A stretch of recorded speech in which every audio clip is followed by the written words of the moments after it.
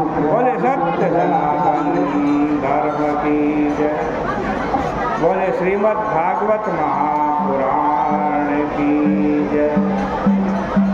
पतित पावनी कलिमल हारिणी मोक्षदायिनी मंगलकारिणी माँ गंगा मैया का ये पवित्रतम तीर्थ है। आप यहाँ पर प्रत्येक दिन थोड़ी थोड़ी श्रीमद् भागवत की चर्चा श्रवण कर रहे हैं। श्रीमद् भागवत जी के दसम स्कंद का आज 45वां अध्याय प्रारंभ कर रहे हैं। कंस को मारने के पश्चात भगवान श्री कृष्ण और बलराम जी अपने माता पिता वसुदेव और देवकी जी के पास गए, परंतु वसुदेव और देवकी जी उन्हें अपना पुत्र नहीं परब्रह्म परमात्मा समझ रहे। कृष्ण बलराम ने उनके चरणों में प्रणाम किया, लेकिन वो उनको उठा कर रखे अपने गले से ही नहीं लगाते।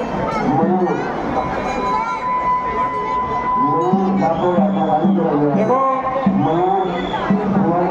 देव जी कहते हैं कि जब भगवान ने देखा कि हमारे माता पिता हमको पहचान गए, तब उन्होंने अपनी वैष्णवी जन मोहनी माया का उपयोग किया और बोले कि ओ मेरी मैया, ओ मेरे पिताजी, हम लोग तो हमेशा चाहते थे कि हम आपकी कुछ सेवा करें, आप भी हमारी सेवा लेना चाहते थे, लेकिन हम न तो आपके पास रह सके और न आपका प्यार पा सके। हमारी इतनी उम्र बिल्कुल व्यर्थ में चली गई। आपने हमको जन्म दिया, हमारा पालन पोषण किया। यदि हम 100 वर्ष तक भी आपकी सेवा करें तो आपसे ऋण नहीं हो सकते। जो पुत्र शरीर और धन से समर्थ होकर भी अपने माँ बाप को जीविका नहीं देता, उसको अपना मांस खाना पड़ता है। जो अपने माता पिता का वृद्धादि का पालन पोषण नहीं करता, वो सांस लेते हुए भी मुर्दे के बराबर है। हम कंस के डर के कारण ही आपकी सेवा नहीं कर सके। उसके लिए तत्संतु मर्नतस्तात। हे माता, हे पिता, आप हमें क्षमा करें, हम परतंत्र थे। इस बात के लिए बड़े दुखी थे कि आपके क्लेश के समय भी हम आपकी कोई सेवा नहीं कर सकते। और ये सब भगवान श्री कृष्ण जी की बात सुनकर वसुदेव जी, देवकी जी उनकी माया से मोहित हो गए और उन्होंने झट से अपने पुत्रों को गोदी में उठा लिया। उनकी आंखों से आंसू गिरने लगे और गला रुंध गया। वे कुछ भी बोल न सके। इसके बाद भगवान ने यदुवंशियों के पति रूप में उग्रसेन का चुनाव किया और बोले कि हम तो आपके आज्ञाकारी रहेंगे। यद्यपि ययाति के शापवश हम यदुवंशी राजा नहीं बन सकते, फिर भी हम लोगों पर आप शासन कीजिए, हम आपकी सेवा करेंगे। भगवान कह रहे हैं उग्रसेन को।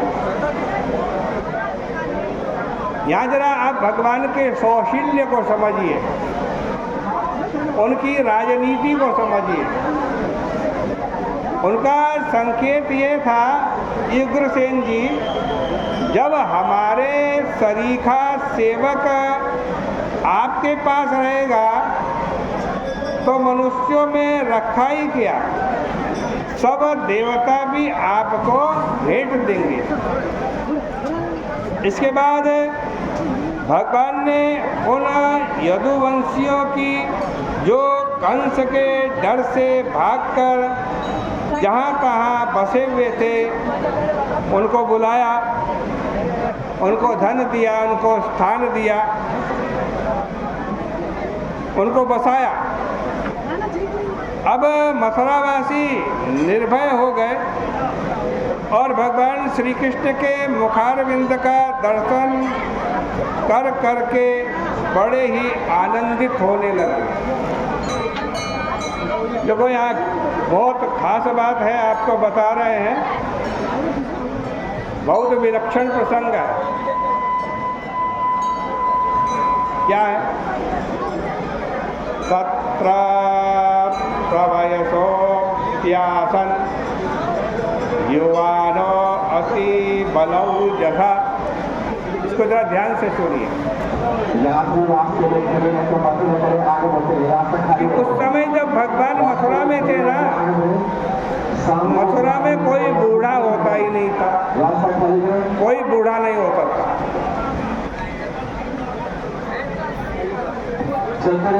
और जितने भी बूढ़े लोग थे वे सब के सब जवान और बड़े बलशाली हो गए। ऐसे कैसे हो गया भाई? बूढ़े लोग जवान हो गए और बलशाली हो गए और कोई बूढ़ा ही नहीं होता मथुरा में। ऐसी क्या दवाई उनको मिल गई, ऐसी क्या औषधि उनको मिल गई? अभी तक तो कोई ऐसा वैज्ञानिक अनुसंधान नहीं हुआ कि कोई बूढ़ा भी जवान हो जाए और कोई बूढ़ा ही ना हो। फिर वो क्या औषधि थी कि मथुरा में सबके सब जवान रहते थे, बूढ़े नहीं होते। औषधि एक ही थी, क्या? पिबन्तो क्षैर्मुकुन्दश्च मुखाम्बुज सुधाम्बुर। उनको अमृत मिलता रहता था, और जो अमृत पिएगा वो बूढ़ा होगा ही, वो जवान भी, वो बूढ़ा भी जवान हो जाए। कौन सा अमृत मिलता था? मथुरावासी अपनी आँखों से भगवान श्री कृष्ण के मुखार विंद की सुधा, मुखार विंद के अमृत को बारंबार पीते रहते थे। इसलिए उसके प्रभाव से न तो बुढ़ापा आता था और न ही निर्बलता आती थी। अब देवकी नंदन भगवान अपने अग्रज संकर्षण भगवान के साथ नंद बाबा के पास गए और वहाँ उनके हृदय से लग गए। फिर बोले भगवान कि बाबा, आपने बड़े स्नेह से हमारा पालन पोषण किया,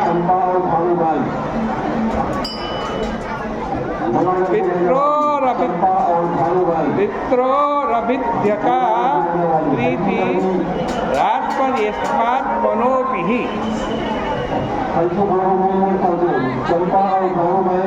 वो कहते हैं असली माँ बाप अपने बच्चों से जितना प्यार करते हैं उससे भी अधिक प्यार हमको आपसे मिला।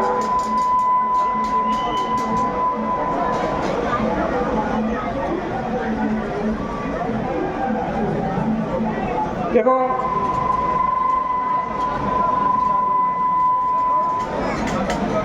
भगवान जो है ना,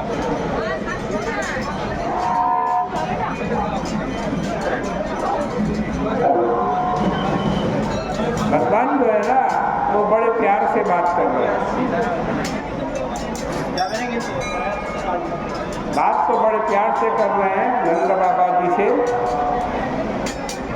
किंतु इससे यह अर्थ निकलता है कि भाई हमारे असली माँ बाप वसुदेव देवकी हैं, आप नहीं।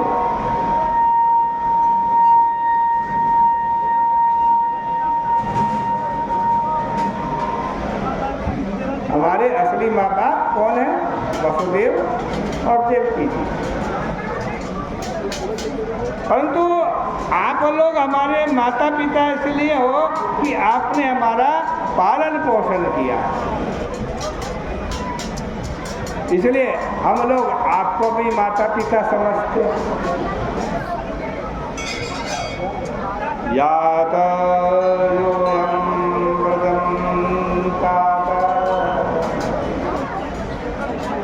बड़ी कठोर बात कह रहे हैं भगवान नंद बाबा को। वो कह रहे हैं आप अब ब्रज लौट जाए। यद्यपि मैया को, आपको तथा वहाँ सब लोगों को हमारे स्नेह के कारण बड़ा दुख होगा, लेकिन क्या करें, कर्तव्यवश हमको यहीं रुकना पड़ेगा।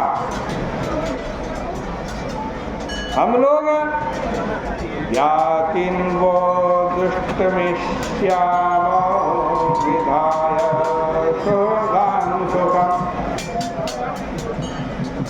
यहाँ के सुहृदों को सुखी करके आपका दर्शन करने के लिए आएंगे। देखो, भगवान ने ये नहीं कहा कि आप लोगों के पास रहने के लिए आएंगे,